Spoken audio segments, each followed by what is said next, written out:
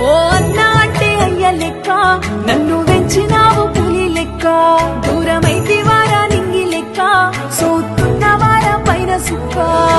కొట్లాట పెట్టను కయ్యాను ఆడను ఓసారి వచ్చిపోరా